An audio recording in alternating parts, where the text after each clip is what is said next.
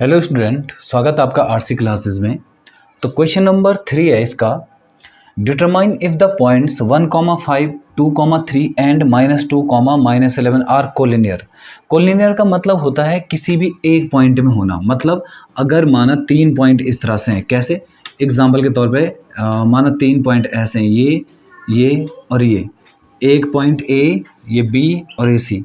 तो अगर तीनों पॉइंट एक ही लाइन में होते हैं, अगर माना मैं इन तीनों पॉइंट से एक लाइन डालूं तो ये तीनों पॉइंट जो है एक ही लाइन के ऊपर आने चाहिए, तो इन्हें बोलते हैं हम कोलिनियर। समझ में आया? तो हम कैसे पता करेंगे कि कौन से पॉइंट कोलिनियर हैं कि नहीं है? तो देखिए, अगर मैं ए से लेकर बी तक की डिस्टेंस और फिर बी से लेकर सी तक की डिस्टेंस निकालूं और फिर ए से लेकर सी तक की डिस्टेंस निकालूं, तो इन दोनों का सम ए सी के बराबर होना चाहिए। अगर ऐसा होता है तो इसका मतलब 3 पॉइंट जो है कोलिनियर होंगे। कहने का मतलब क्या है? ए से लेकर बी तक की डिस्टेंस, मतलब ए बी की डिस्टेंस निकालेंगे डिस्टेंस फार्मूले से, फिर बी सी की डिस्टेंस निकालेंगे डिस्टेंस फार्मूले से, फिर ए और सी के बीच की डिस्टेंस निकालेंगे। तो A B plus B C जो है ए सी के बराबर आना चाहिए, तब जाके वो कोलिनियर होगा। अच्छा, आप सोच रहे होंगे ऐसा भी तो हो सकता है एक पॉइंट यहाँ हो, एक पॉइंट यहाँ हो, एक पॉइंट यहाँ हो, कि ऐसा भी तो हो सकता है इसके बीच की डिस्टेंस और इसके बीच की डिस्टेंस का सम इसके बीच की डिस्टेंस के बराबर। पर आपको पता है किसी भी ट्रायंगल में दो साइड का सम हमेशा तीसरी साइड से बड़ा होता है। मतलब अगर आप कह रहे हैं कि ए, ये बी और ये सी, अगर आप सोच रहे हैं कि इस डिस्टेंस को और इस डिस्टेंस को जोड़कर इस डिस्टेंस के बराबर आएगी, तो वो पॉसिबल ही नहीं है। क्यों? आपने एक थ्योरम पढ़ी होगी, किसी भी ट्रायंगल में दो साइड का सम हमेशा तीसरी साइड से हमेशा बड़ा होगा, हमेशा बड़ा, कभी उसके बराबर आ ही नहीं सकता। तो इसका मतलब हम क्या करेंगे, 3 पॉइंट को हम मान लेंगे इस तरह से। क्या कर लेंगे हम? देखिए 3 पॉइंट क्या गिवन है। ए मान लेते हैं हम, पहला पॉइंट है 1,5, फिर बी पॉइंट जो है वह है हमारे पास 2,3, और जो सी पॉइंट है हमारे पास वह है -2, -11।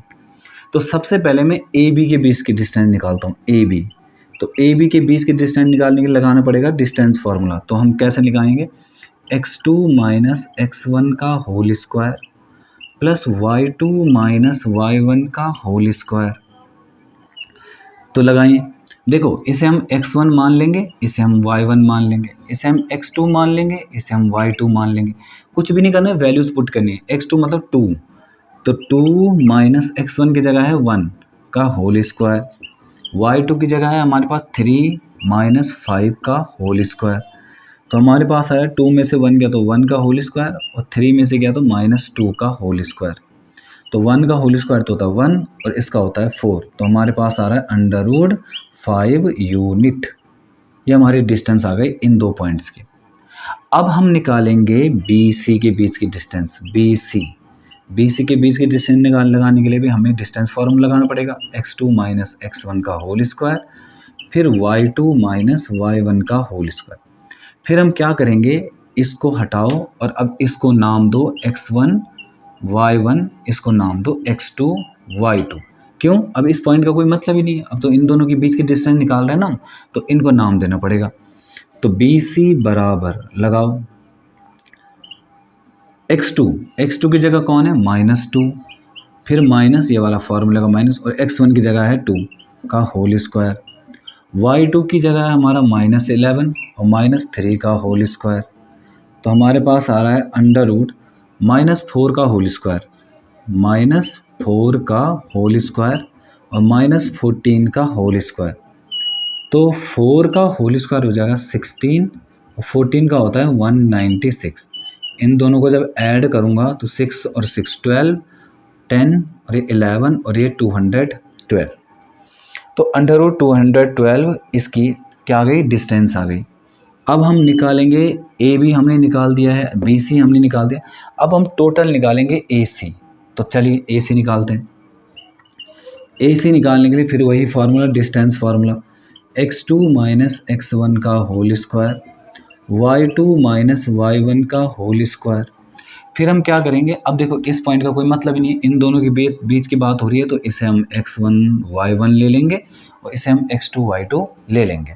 ठीक है, तो करते हैं। हमारे पास जो फॉर्मूला है x2 की जगह है -2, तो -2 माइनस x1 की जगह कौन है? 1, 1 का होल स्क्वायर। y2 की जगह कौन है बताओ, -11 और -5 का होल स्क्वायर, क्योंकि y1 हमारे यहाँ पे कौन है 5। तो हमारे पास आगे आ रहा है -2 और -1, दोनों के साइन सेम है ना, तो दोनों जुड़ जाएंगे। तो -3 का होल स्क्वायर और -16 का होल स्क्वायर। 3 का होल स्क्वायर होता है हमारे पास 9 और 16 का होता है 256। तो हमारे पास आ रहा है ये करके 265। अब एक बात बताओ आप, हमारे पास क्या ये प्लस ये A B plus B C, मतलब यहाँ से लेकर यहाँ तक और यहाँ से लेकर यहाँ तक A B plus B C, इन दोनों को जोड़ के क्या कभी ये आने वाला है? खुद देखो आप खुद देखो, क्या पहले ये दोनों तो ऐड होंगे ही नहीं। क्यों नहीं ऐड होंगे? क्योंकि दोनों ही अनलाइक टर्म है। अंडरवुड के अंदर दोनों में सेम नंबर नहीं है, सेम नहीं है। तो अंडरवुड के अंदर जब सेम नंबर ही नहीं है तो ये दोनों ऐड भी नहीं होंगे, तो इन दोनों का सम तो कभी भी आने वाला नहीं है।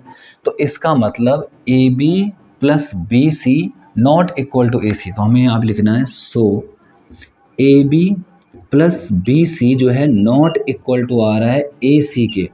तो यहाँ पे लिखेंगे इसलिए so A B and C are not collinear. तो वो तीनों पॉइंट कोलिनियर नहीं हो सकते। ओके, ये लाइन तो लिख ही दोगे आप ना कि A B and C are not collinear, क्योंकि A B plus B C मतलब ये वाली डिस्टेंस और ये वाली डिस्टेंस को जोड़ के कभी भी ए सी के बराबर नहीं आ रहा है, इसलिए वो कोलिनियर नहीं है। ये क्वेश्चन एग्जाम के लिए बहुत इंपॉर्टेंट है, आप ध्यान से समझें, बार बार वीडियोस को देखें, आई होप कि समझ में आ जाएगा आपको। ओके, तो चलिए मिलते हैं नेक्स्ट क्वेश्चन में।